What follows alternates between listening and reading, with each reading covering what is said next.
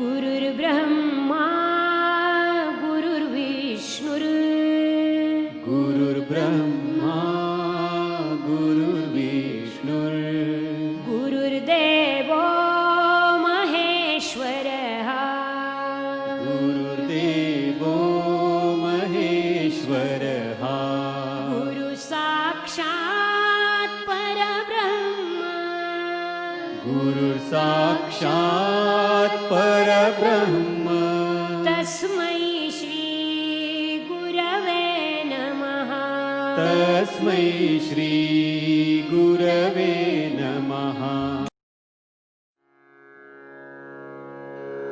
ॐ नमो भगवते वासुदेवाय ॐ नमो भगवते वासुदेवाय ॐ नमो भगवते वासुदेवाय ॐ नमो भगवते वासुदेवाय ॐ नमो भगवते वासुदेवाय वासुदेवाय वासुदेवाय।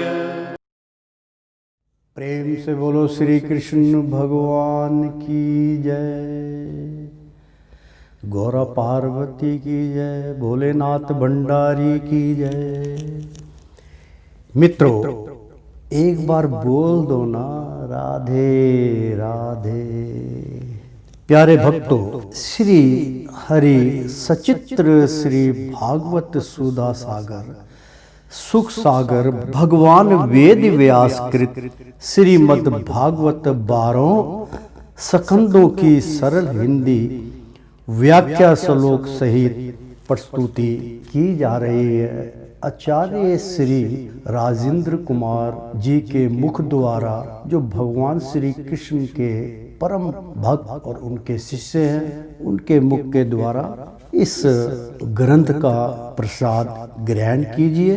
पिछले 10वें अध्याय में हमने आपको बतलाया था कि देवता, पितर, असुर, गंधर्व, अप्सरा, यक्ष, राक्षस, सिद्ध, चारण, विधारक, भूत, प्रेत, पिशाच और किन्नर, किमपुरुष, असुरमुख आदि भेद से देव ऋषि 8 प्रकार की है।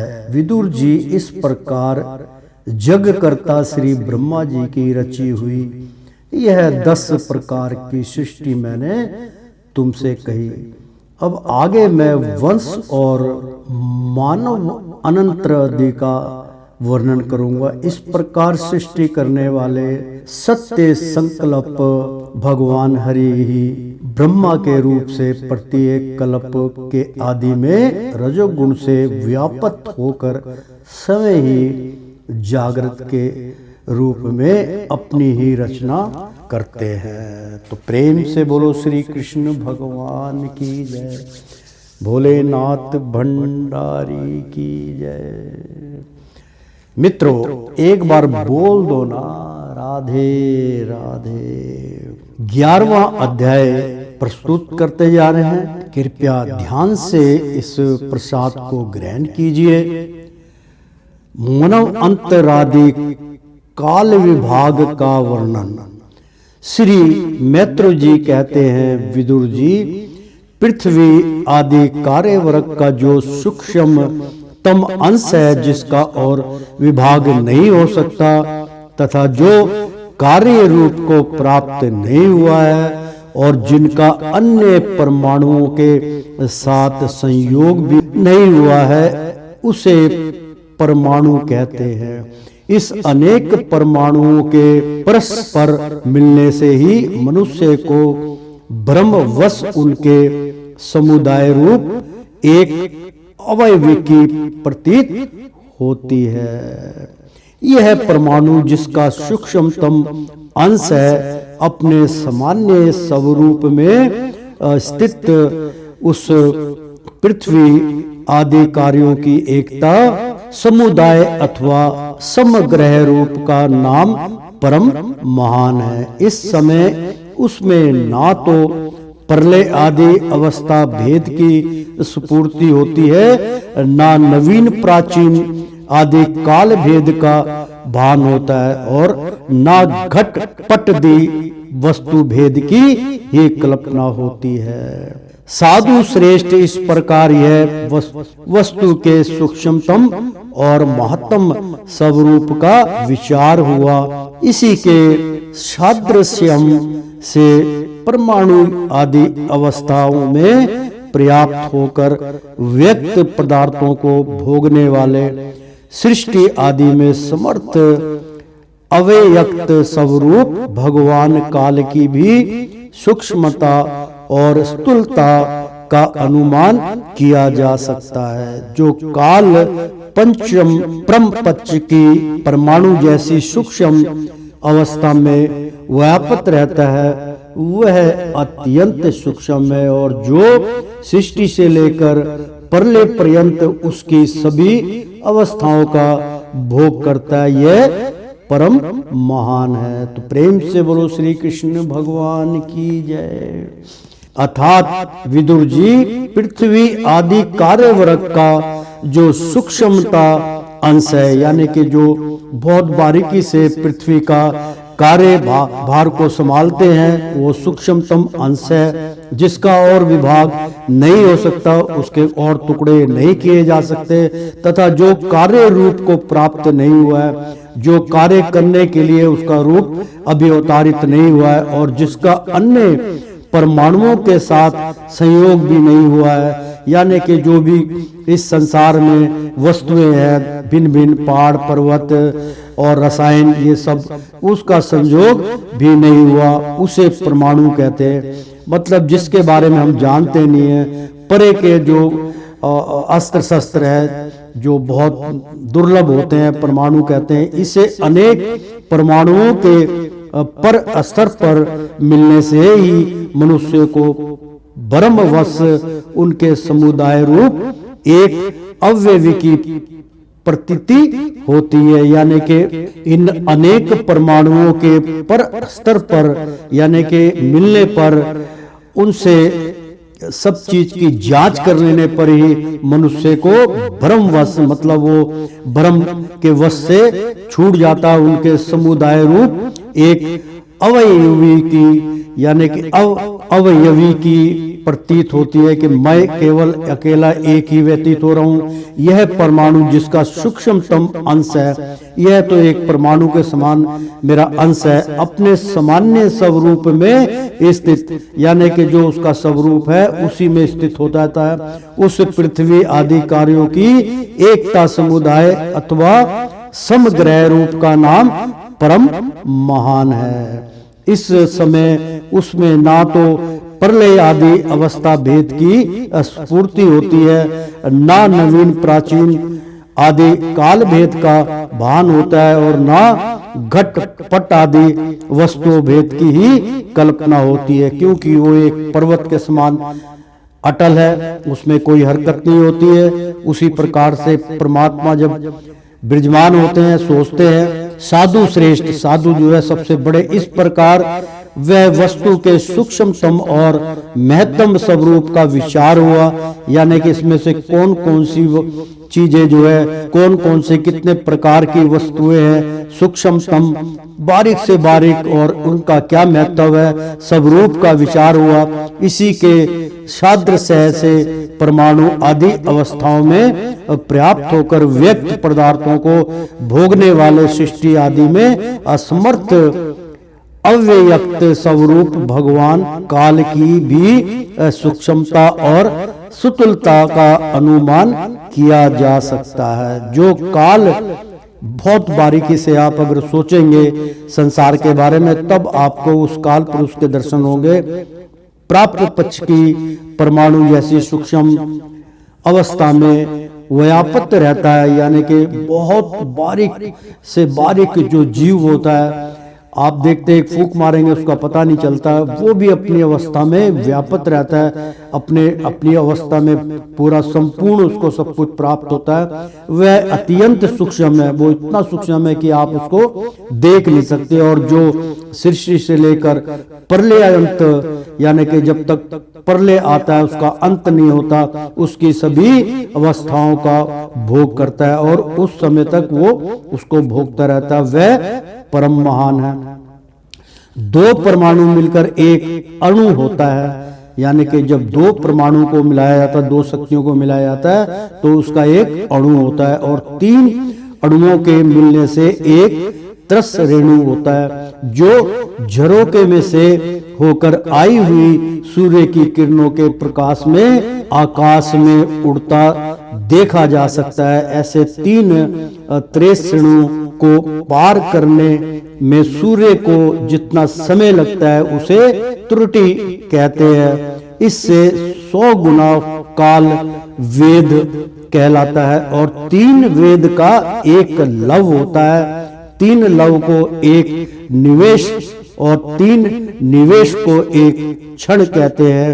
5 क्षण की एक सष्टता होती है और 15 कष्टा का एक लघु, 15 लघु की एक नाडी का दंड कही जाती है। 2 नाडिका का एक मुहूर्त होता है, और जिनके घटने बढ़ने के अनुसार दिन एवं रात्रि की दोनों संधियों के 2 मुहूर्तों को छोड़कर 6 या 7 नाड़ी का एक प्रहर होता है। यह यम कहलाता है, जो मनुष्य के दिन या रात का चौथा भाग होता है। 6 पल तांबे का एक ऐसा बर्तन बनाया जाए जिसमें एक प्रस्थ जल आ सके, और 4 मासे सोने की 4 उंगल लंबी सलाई बनवाकर उसके द्वारा उसे बर्तन के पेंदे में छेद करके उसे जल में छोड़ दिया जाए।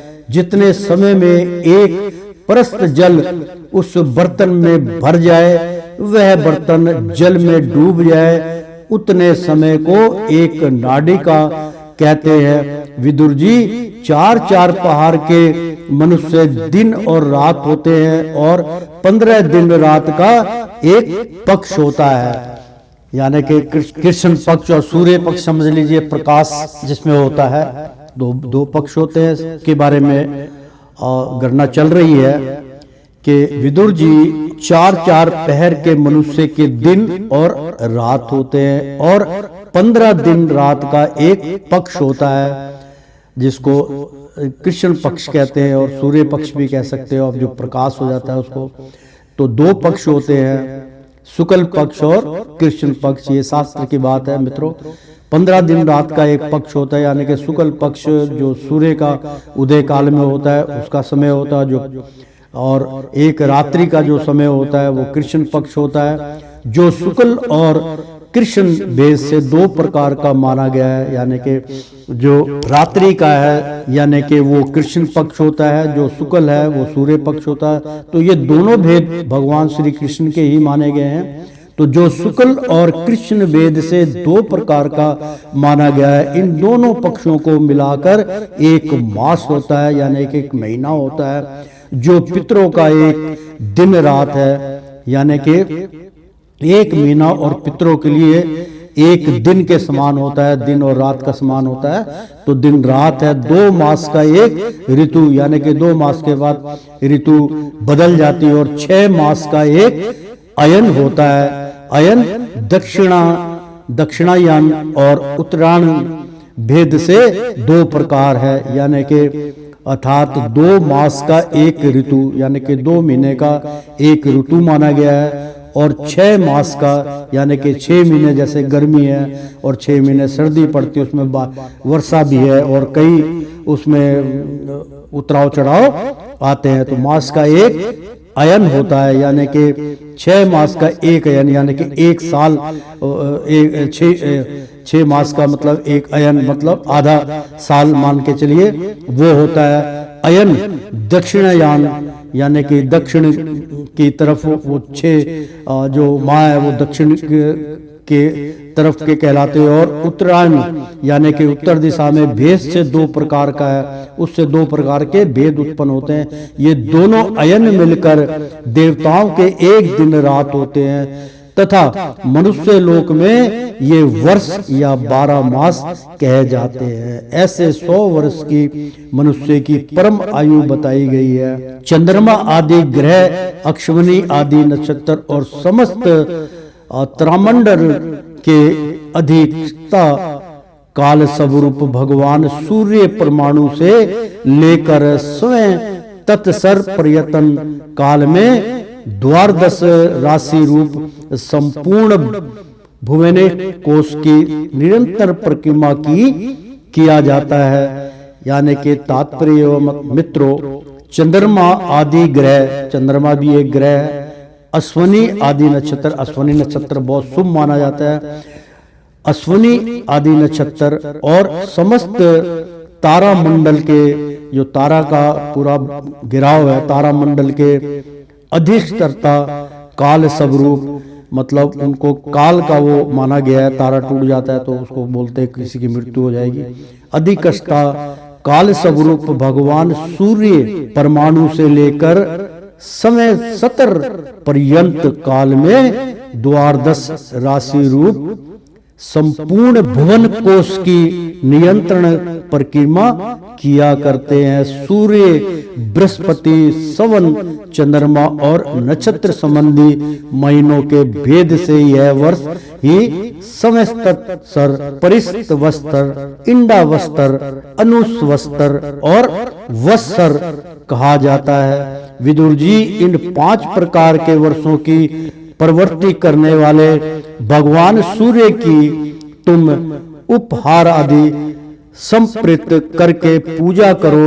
ये सूर्य देव पश्चिम भूतों में से तेज स्वरूप हैं और अपनी काल शक्ति से बीज आदि पदार्थों की अंकुर उत्पन्न करने की शक्ति को अनेक प्रकार से कार्योन्मुख कहते हैं। ये पुरुषों की मोहनी वृत्ति के लिए उनकी आयु का क्षय करते हुए आकाश में विचरते रहते हैं तथा ये ही असकाम पुरुषों को यज्ञ आदि कर्मों से प्राप्त होने वाले स्वर्ग आदि मंडल में फलों का विस्तार करते हैं। प्रेम से बोलो श्री कृष्ण भगवान की जय। अर्थात विदुर जी, इन 5 प्रकार के वर्षों की प्रवृत्ति करने वाले भगवान सूर्य की तुम उपहार आदि संप्रीत करके पूजा करो। मतलब सूर्य नारायण को अपने आप को अर्पण करके उनकी पूजा करो। ये सूर्य देव पंचभूतों में से तेज स्वरूप है। जैसे हमारा पंचभूत से शरीर बना है, उसमें सबसे तेज जो रूप है वो सूर्य देव का है। और अपनी काल शक्ति से, जो हमारी काल शक्ति है, हमारे प्राणों की जो शक्ति है, बीज आदि यानी कि उससे जो हम बीज उत्पन्न करते हैं, पदार्थों की अंकुर यानी कि पदार्थों से अंकुर उत्पन्न करने की शक्ति को अनेक प्रकार से कार्योन्मुख करते हैं। यानी कि उसी कार्य से आगे सृष्टि चलती है और वो फुटाव ले लेते हैं, अपना मुंह खोल लेते हैं। इसी प्रकार से इंसान की सृष्टि भी और इंसान भी कोख में इसी प्रकार से जन्म लेता है। ये पुरुषों की मोहनी वृत्ति यानी कि पुरुष में जो मोह होता है, तो जो जिससे मोहनी वृत्ति कहते हैं कि भाई मोहित हो जाना, लिए उनकी आयु का क्षय करते हुए, यानी कि उसी से उनकी आयु का अनुमान लगाते हैं। आकाश में विचरते रहते हैं, आकाश में उनका भ्रमण करते रहते हैं तथा ये ही काम पुरुष को यज्ञ आदि कर्मों से प्राप्त होने वाले स्वर्ग आदि मंडल में फलों का विस्तार करते हैं। मतलब जो सकाम पुरुष होते, जो हमेशा भगवान के कार्य में रहित रहते हैं, उनके लिए भगवान कहते हैं कि वो उनको जो फल प्राप्त होता है वो यज्ञ आदि से कर्मों से उनको जो है मंगलमय फलों का यानी कि शुभ फलों का विस्तार करते हैं। वो अलग अलग बहुत फलों में विस्तारता दिखाते हैं। सप्ता ऋषि देवगण इंद्र और उनके अनुयायी गंध विधि साथ साथ ही अपना अधिकार भोगते हैं। यह ब्रह्मा जी की प्रतिदिन की सृष्टि है जिसमें तीनों लोकों की रचना होती है। उसमें अपने अपने कर्म अनुसार पशु पक्षी मनुष्य पितर और देवताओं की उत्पत्ति होती है। इन मनवंतरों में भगवान सत्गुणों का आश्रय ले अपनी मनु आदि मूर्तियों के द्वारा पौरुष प्रकट करते हुए इस विश्व का पालन करते हैं। काल कर्मों से जब ब्रह्मा जी का दिन बीत जाता है तब वे तमोगुण के संपर्क को स्वीकार कर अपने सृष्टि रचना रूप पौरुष को स्थगित करके निष्ठ भाव से स्थित हो जाते हैं। उस समय सारा विश्व उन्हीं में लीन हो जाता है। जब सूर्य और चंद्रमा आदि रहित वह परले रात्रि आती है तब वे भूव स्वः यानी कि ओम भूर भुवा स्वाहा ये गायत्री मंत्र है। तब वे भू भुवा स्वाहा तीनों लोग उन्हीं ब्रह्मा जी के शरीर में छिप जाते हैं। उस अवसर पर तीनों लोग शेष जी के मुख से निकली हुई अग्नि रूप भगवान की शक्ति से जलने लगते हैं। इसके लिए उसके ताप से व्याकुल होकर भृगु आदि मुनीश्वर गण महलों से जनलोक को चले जाते हैं। इतने में ही सातों समुद्र प्रलय काल के प्रचंड पवन से उमड़कर अपनी उछलती हुई उताल तरंगों से त्रिलोकी को डुबो देते हैं। तरंगों से त्रिलोकी को डुबो देते हैं। तब उस जल के भीतर भगवान शेष साई योगेंद्र निंद्रा से नेत्र मूंद कर शयन करते हैं। उस समय जनक लोक निवासी मुनिगण उनकी स्तुति किया करते हैं। इस प्रकार काल की गति से एक एक सहस्त्र चतुर्युग के रूप में प्रतीत होने वाले दिन रात के हेर फेर से ब्रह्मा जी की 100 वर्ष की परम आयु भी बीती हुई सी दिखाई देती है। प्रेम से बोलो नारायण नारायण। ब्रह्मा जी की आयु के आधे भाग को यानी कि उनकी आयु के आधे भाग को प्रार्ध कहते हैं और अब तक पहला प्रार्ध 2 बीत चुका है, दूसरा चल रहा है। पूर्व प्रार्ध के आरंभ में ब्रह्मा नामक महान कल्प हुआ था। उसी में ब्रह्मा जी की उत्पत्ति हुई थी। पंडित जन उन्हें शब्द ब्रह्मा कहते हैं। उसी प्रार्ध के अंत में जो कल्प हुआ था उसे पद्म कल्प कहते हैं। उसमें भगवान के नाभि सरोवर से स्वर्ग लोक कम्य कमल प्रकट हुआ था। विदुर जी, इस समय जो कल्प चल रहा है वह दूसरे प्रार्ध का आरंभक बतलाया जाता है। वह वार्य कल्प नाम से विख्यात है। इसमें भगवान ने शुक्र रूप धारण किया था। यह 2 प्रार्ध का काल व्यक्त अनंत अनादि विश्वता आत्मा श्री हरि का एक निवेश माना जाता है। वह यह परमाणु से लेकर दृप्राद्र पर्यटन फैला हुआ काल स्वर सर्वमर्थ होने पर भी सर्वात्मा श्री हरि पर किसी प्रकार की प्रभुता नहीं रखता। यह 2 देहदी में अभिमान रखने वाले जीव का ही शासन करने में समर्थ है।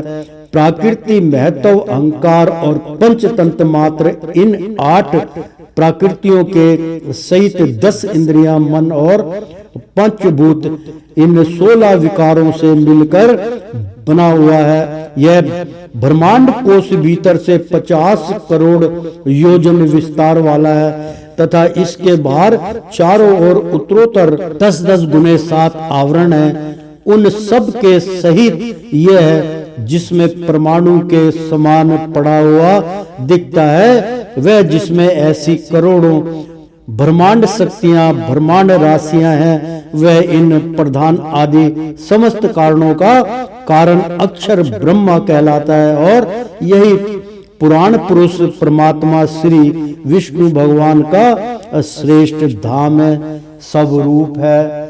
तो प्रेम से बोलो श्री कृष्ण भगवान की जय।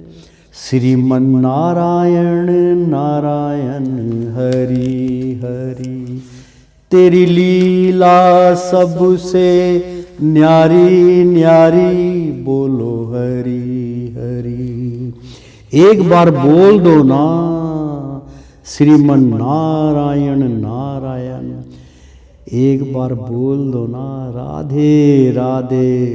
प्यारे भक्तों मित्रों, 11वां अध्याय हम यहाँ समाप्त करते हैं और 12वां अध्याय अब शुरू करने जा रहे हैं, सृष्टि का विस्तार। श्री मैत्री जी ने कहा, विदुर जी, यहाँ तक मैंने आपको भगवान की काल रूप महिमा सुनाई। अब जिस प्रकार ब्रह्मा जी ने जगत की रचना की वह सुनिए। सबसे पहले उन्होंने अज्ञान की 5 वृत्तियां तम, अविद्या, मोह, असीमता, महामोह, राग, तमिस्त्र, देशु और अंततामित्र अभिनिवेश रची। किंतु इस अत्यंत पापमयी सृष्टि को देखकर उन्हें प्रसन्नता नहीं हुई। यानी कि भगवान कहते हैं कि सबसे पहले उन्होंने अज्ञान की 5 वृत्तियां, यानी कि जिससे अज्ञानता प्राप्त होती है, तम, जैसे तमोगुण की प्रवृत्ति, उससे अज्ञानता के वश में प्राणी हो जाता है। अविद्या मतलब जिसको विद्या का ज्ञान ना हो। मोह जो नाश्वर पदार्थ होता है उससे मोह करना, वो मोह। अस्मिता यानी कि जिसे वो पसंद ना करके उसको पसंद करना, अस्मिता। महामोह मतलब बहुत ज्यादा उससे मोह करना। राग एक ही राग में चले जाना, एक ही बात को मानना। और तमित्र यानी कि अपने आप ही तमु गुण में विलीन हो जाना।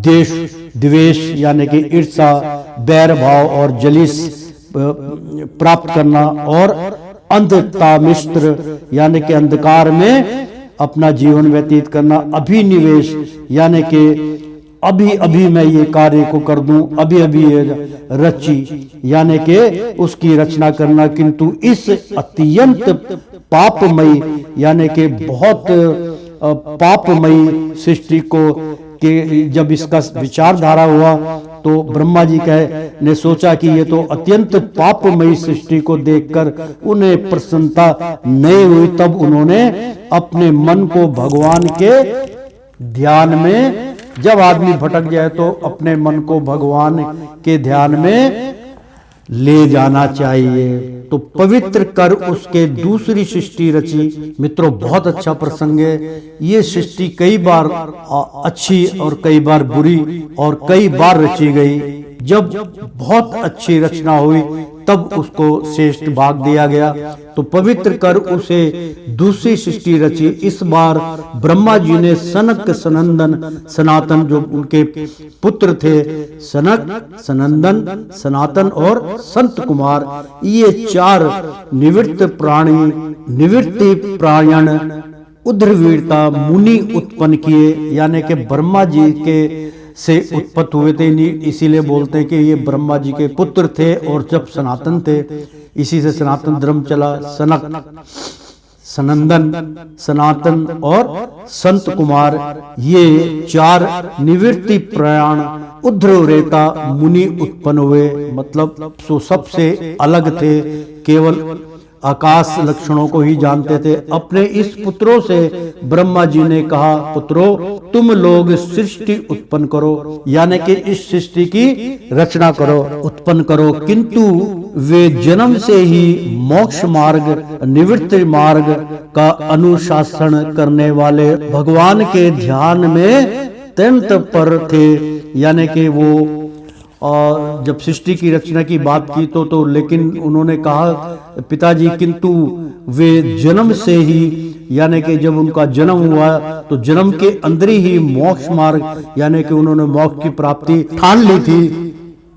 और निवृत्ति मार्ग मतलब उससे अलग कोई मार्ग नहीं चुना, का अनुसरण करने वाले और भगवान के ध्यान में तत्पर थे, भगवान का ही स्मरण करते थे। इसलिए उन्होंने ऐसा करना नहीं चाहा। जब ब्रह्मा जी ने देखा कि मेरी आज्ञा ना मानकर ये मेरे पुत्र मेरा तिरस्कार कर रहे हैं, तब उन्हें असरहा क्रोध हुआ, बहुत जो है क्रोध का असर हुआ, उन्होंने उसे रोकने का प्रयत्न किया, किंतु बुद्धि द्वारा उनके बहुत रोकने पर भी वह क्रोध तत्काल प्रजापति की भौं के बीचों बीच में से एक नील लोहित नीले और लाल रंग के बालक के रूप में प्रकट हो गया।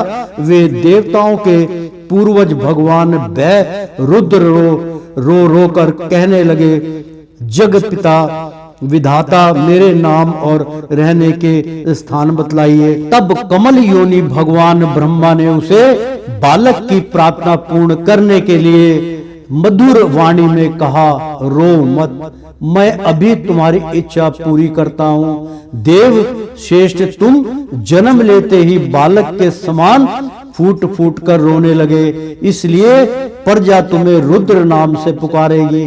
तुम्हारे रहने के लिए मैंने पहले से ही हृदय, इंद्रियां, प्राण, आकाश, वायु, अग्नि, जल, पृथ्वी, सूर्य, चंद्रमा और तप ये स्थान रच दिए हैं। तुम्हारा नाम मन यानी कि मन वही है मनु, मणिहंस, महान शिव, ऋत्रध्वज, उग्रेता, भव, काल, नामदेव और घृतवास वर्त होंगे तथा घी वृत्ति, उसाना, उमा, निर्विट, सप्त, इला, अबिंका, इरावती, सुधा और दीक्षा ये 11 रुद्ररणियां तुम्हारी पत्नियां होंगी।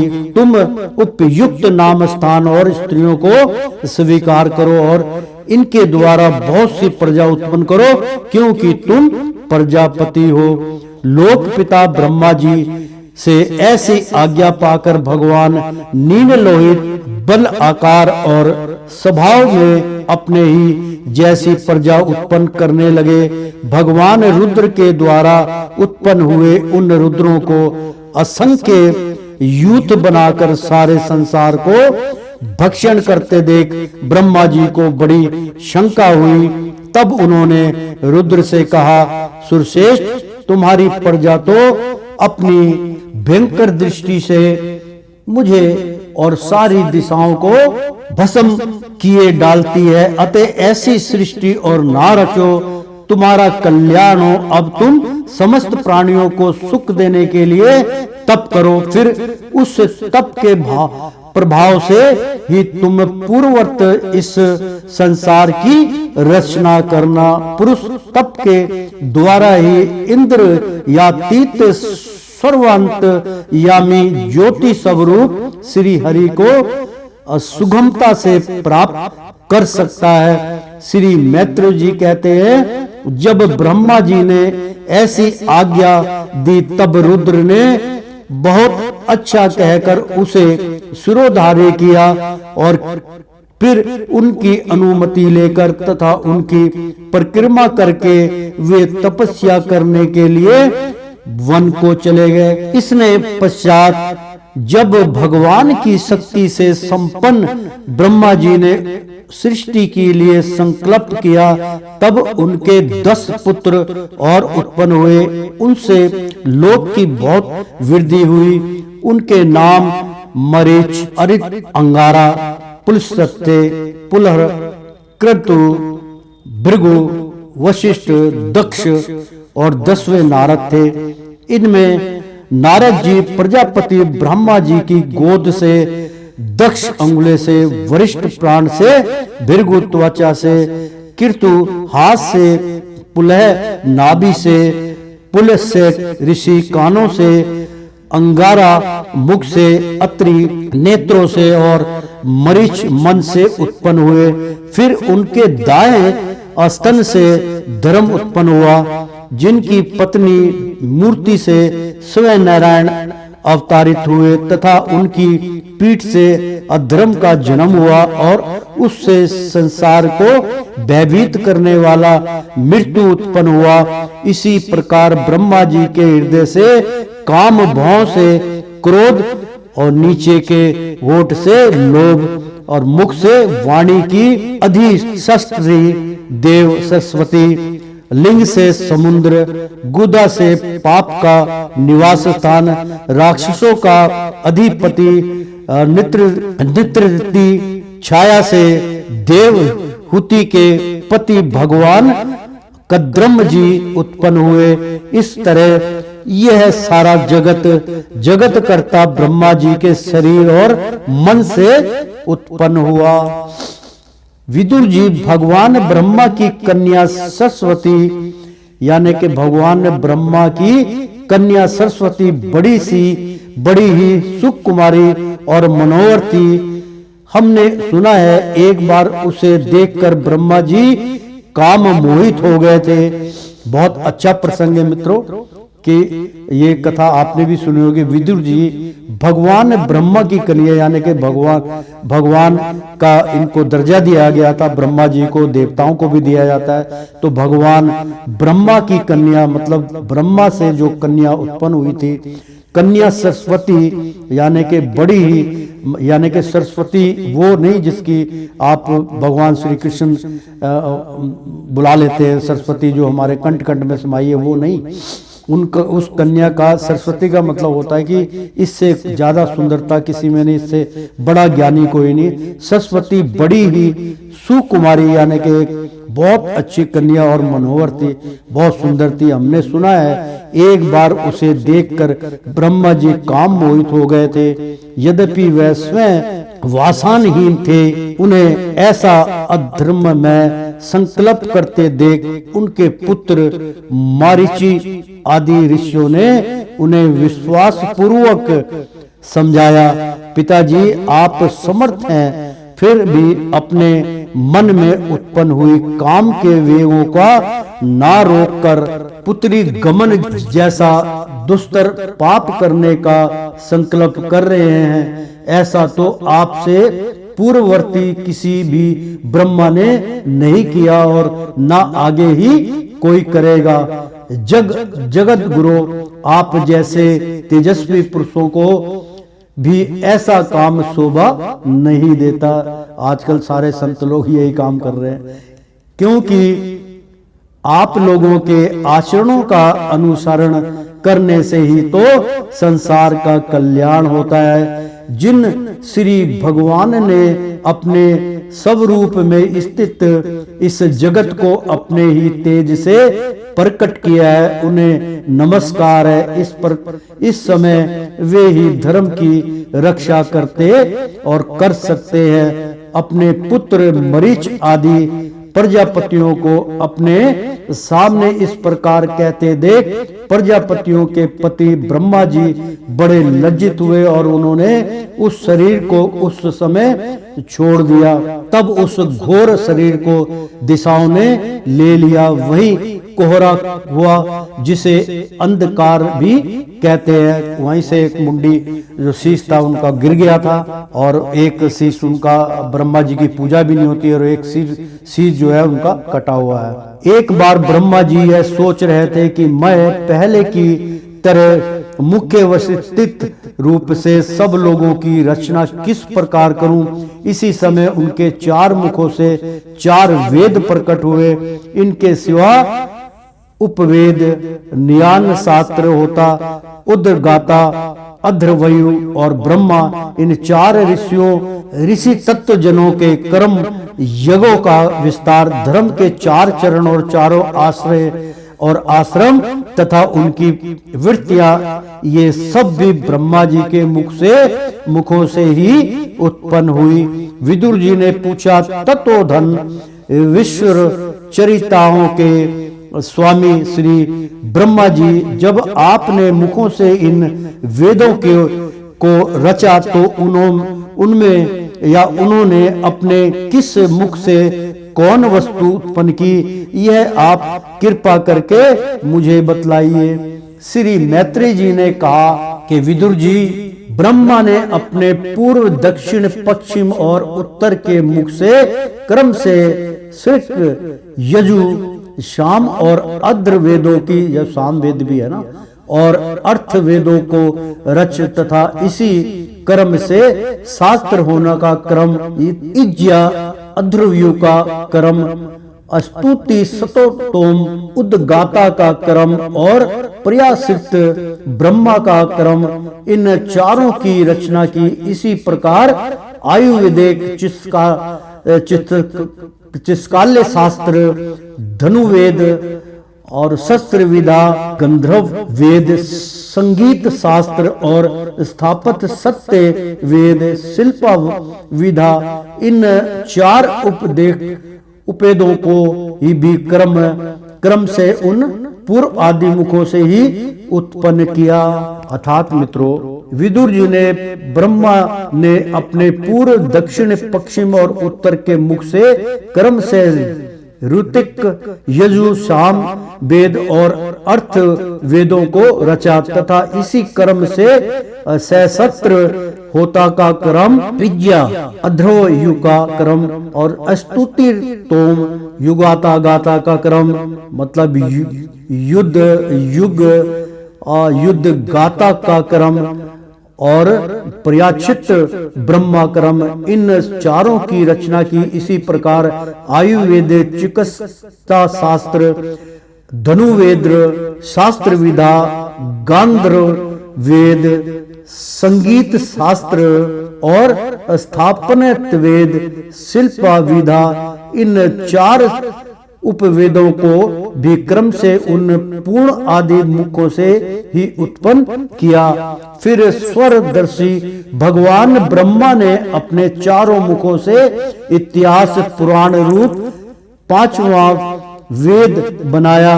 इसी क्रम से सोष्ठ श्री, सोष्ठसी और उखद, चैन और अग्नि, क्षोम, आपतरोयाम और अतिरात तथा वाजपेय और गोसव, ये 2 भाग भी उनके पूर्व आदि मुखों से ही उत्पन्न हुए। विद्या, दान, तप और सत्य, ये धर्म की 4 पद और प्रवृत्तियां के सहित 4 आश्रम भी इसी क्रम से प्रकट हुए। सवित्र, प्रजापत्य, ब्रह्मा और बृहत, ये 4 वृत्तियां ब्रह्मचारी की हैं तथा वार्ता, संजय, साकील और शिलोचक, ये 4 वृत्तियां गृहस्थ की हैं।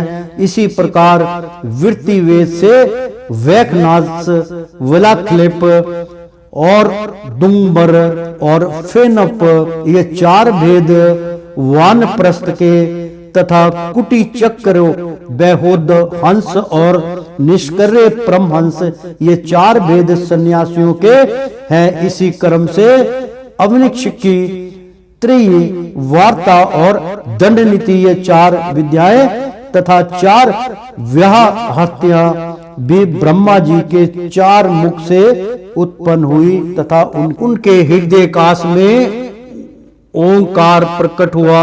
उनके रोमों से उष्णिक, त्वचा से गात्री, मांस से त्रिशुष, स्त्रायु से अनुशिष्ट, असित्थियों से जगति, मंजा से पंक्ति और प्राणों से बेहरती छंद उत्पन्न हुआ। ऐसे ही उनका जीव स्वरूप वर्ण, कव क्रादि, वक्षा वर्ग और देह स्वर्ण वर्ण, आकार आदि कहलाया। अर्थात मित्रों, हृदय आकाश से ओंकार उत्पन्न, यानी कि हृदय से ओम उत्पन्न हुए, ओंकार प्रकट हुआ। उनके रोमों से यानी कि छिद्र से उणक को, यानी कि जो त्वचा होती है उसमें छिद्र होते हैं, उणक त्वचा से गायत्री, मतलब एक एक कण से गायत्री जो है मंत्र उत्पन्न हुआ। मांस से, यानी कि जो मांस है उससे त्रिशृंप, स्त्रायु से अनुशिष्ट, शक्तियों से जगति, माजा से पंक्ति और प्राणों से विहृदति छंद उत्पन्न हुआ। ऐसे ही उनका जीव स्पर्श वर्ण, कव करंदी, पंचवर्ग और देह स्वर वर्ण, आकार आदि कहलाया। उनकी इंद्रियों को उस वर्ण, शस, सह और बाल को अंतरथ या रालावा कहते हैं तथा उनकी कीड़ा से निषाद, ऋषि भव, गंधार, षडज, मध्यम, दैवत और पंचम, ये 7 स्वर हुए। ये तात ब्रह्मा जी शब्द ब्रह्मा स्वरूप हैं, वे व्यख रियु रूप से व्यक्त हैं, वैखरी रूप से व्यक्त और ओंकार रूप से अव्यक्त हैं, तथा उनसे परे जो सर्वत्र परिपूर्ण पर ब्रह्मा है वही अनेकों प्रकार की शक्तियों से विकसित होकर इंद्र आदि रूपों में भास रहा है। विदुर जी ब्रह्मा जी ने पहला काम शक्त शरीर जिसकी कुहारा बना था छोड़ने के बाद दूसरा शरीर धारण करके विश्व विस्तार का विचार किया। वे देख चुके थे कि मारीच आदि महान शक्ति वाले ऋषियों से भी सृष्टि का विस्तार अधिक नहीं हुआ, अतः मैं वे मन ही मन पुण्य चिंता करने लगे। अहो बड़ा आश्चर्य है, मेरा निरंतर प्रयत्न करने पर भी प्रजा की वृद्धि नहीं हो रही। मालूम होता है इसमें दैव्य ही कुछ विघ्न डाल रहा है। जिस समय यथोचित क्रिया करने वाले श्री ब्रह्मा जी इस प्रकार देव के विषय में विचार कर रहे थे, उसी समय अकस्मात उनके शरीर के दो भाग हो गए। का ब्रह्मा जी का नाम है, उन्हीं से विभक्त होने के कारण शरीर को काय कहते हैं। उन दोनों विभागों से एक स्त्री पुरुष का जोड़ा प्रकट हुआ। उनमें जो पुरुष था वह स्वयंभौम सम्राट स्वयं शंभुभव मनु हुए, और जो स्त्री थी वह उनकी महारानी सत्यरूपा हुई। तब से मिथुन धर्म स्त्री पुरुष संभोग से प्रजा की वृद्धि होने लगी। महाराज स्वयंभूम मनु ने सत्य रूपी से 5 संतानें उत्पन्न की। साधु शिरोमणि विदुर जी उनमें व्यर्थवर्त और उत्पाद 2 पुत्र तथा आकृति देवहूति और प्रसूति 3 कन्याएं थी। मनु जी ने आकृति का विवाह रुचि प्रजापति से किया और मंजली कन्या देवहूति कर्दम जी को दी और परमस्ती दक्ष प्रजापति को। इन तीनों कन्याओं की संतान से सारा संसार भर गया। तो श्रीमन नारायण नारायण हरि हरि, तेरी लीला सबसे न्यारी न्यारी, बोलो हरि हरि। ओ श्रीमन नारायण नारायण हरि हरि, ओ श्रीमन नारायण नारायण हरि हरि। एक बार बोल दो ना राधे राधे, प्रेम से बोलो श्री कृष्ण भगवान की जय। मित्रों, यहाँ पर 11वां और 12वां अध्याय समाप्त हुआ। अगले 13वें अध्याय में आपको फिर प्रसाद उत्तीर्ण किया जाएगा। जब तक के लिए एक बार बोल दो ना राधे राधे।